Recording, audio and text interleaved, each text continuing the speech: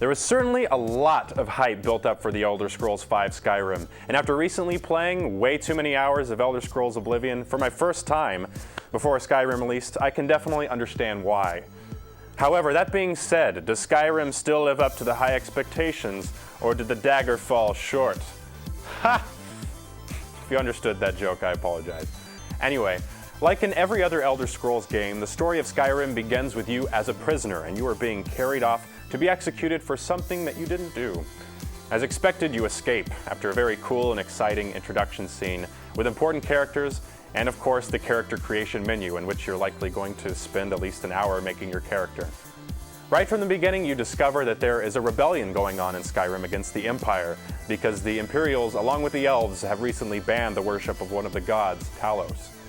You also quickly find out that around the same time as this rebellion, dragons have returned to Skyrim, and your character has some kind of connection to them.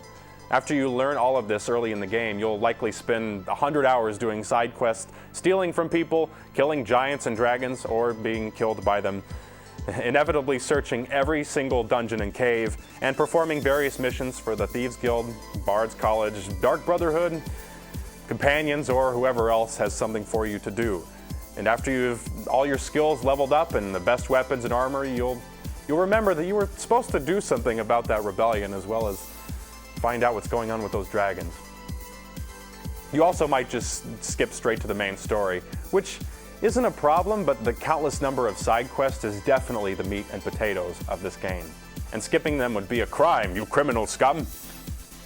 Although the main story is very fun, since you get to choose whether or not you decide with the rebellion or the Empire and discover why the dragons have returned.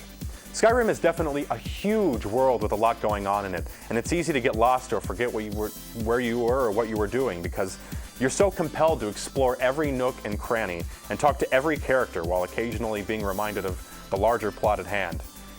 It's so much fun to get immersed in the world, and Bethesda makes it so easy to feel like you're part of it, especially with different interactions and the customization of your character.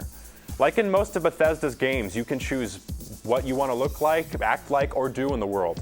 Whether you want to be an orc, an imperial, a nord, an elf, or whether you want to fight with swords, magic, bows, dual-wielding daggers, bows and daggers, swords and magic, magic and more magic.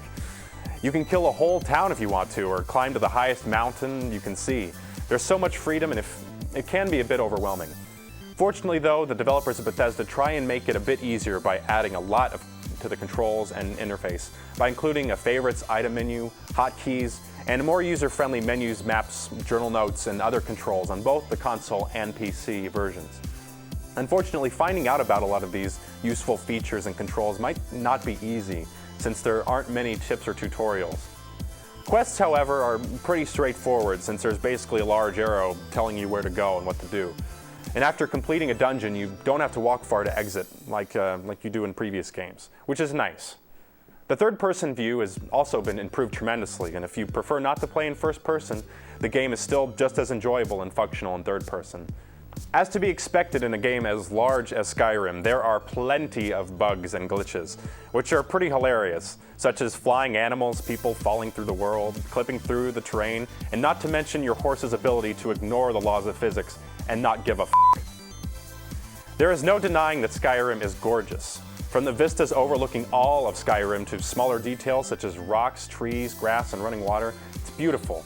And interacting with the characters in the game is much more seamless than it was in Oblivion, where the characters just stare at you to death.